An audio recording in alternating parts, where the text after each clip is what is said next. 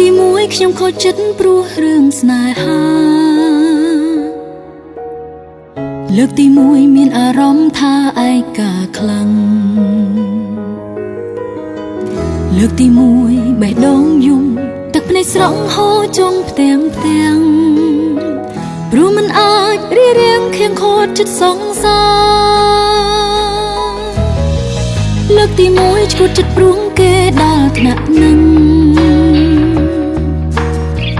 លើកទីមួយខ្ញុំស្រវឹងព្រោះមនុស្សសាវាលើកទីមួយស្រែកខ្លាំងឲ្យបានធូរស្បើយនៅក្នុងអរ៉ាចង់ប្រាប់ថាពេលនេះខ្ញុំពីបាក់ទ្រាំខ្លាំងណាស់លើកទីមួយខ្ញុំឈឺចាប់ខ្លាំង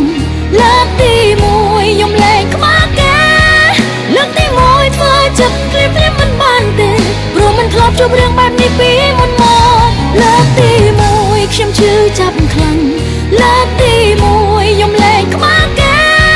មិនដឹងថាត្រូវចំណាយពេលយូរប៉ុន្មានទេទើបខ្ញុំអាចកាត់ចិត្តបានពីរូបគេបើស្នេហ៍គេខ្លាំង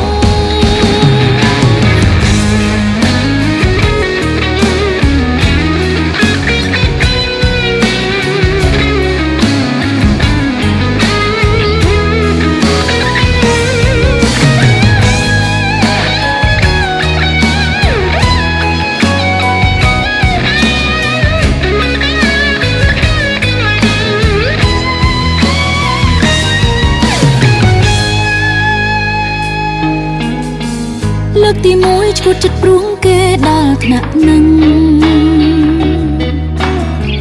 លើកទីមួយខ្ញុំស្រវឹងព្រោះមនុស្សសាវាលើកទីមួយស្រែកខ្លាំងឲ្យបានធូរស្បើយនៅក្នុងអរ៉ា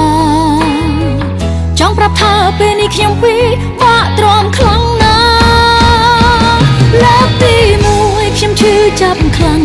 លើកទីមួយយំលែងខ្មាស់គេលើកទីមួយធ្វើចិត្តភ្លាមមិនបានទេព្រោះមិនធ្លាប់ជួបរឿងបែបនេះពីមុនមកលើកទីមួយខ្ញុំឈឺចាប់ខ្លាំងលើកទីមួយយំលែងខ្មាស់គេមិនដឹងថាត្រូវចំណាយពេលយូរប៉ុន្មានទេទើបខ្ញុំអាចកាត់ចិត្តបានពីរូបគេបើស្នេហ៍គេខ្លាំងលើកទីមួយខ្ញុំឈឺចាប់ខ្លាំងលើកទីមួយយំលែងខ្មាស់គេលើកទីមួយធ្វើចិត្តភ្លាមមិនបានទេព្រោះមិនធ្លាប់ជួបរឿងបែបនេះពីមុនមកលើកទីមួយខ្ញុំឈឺ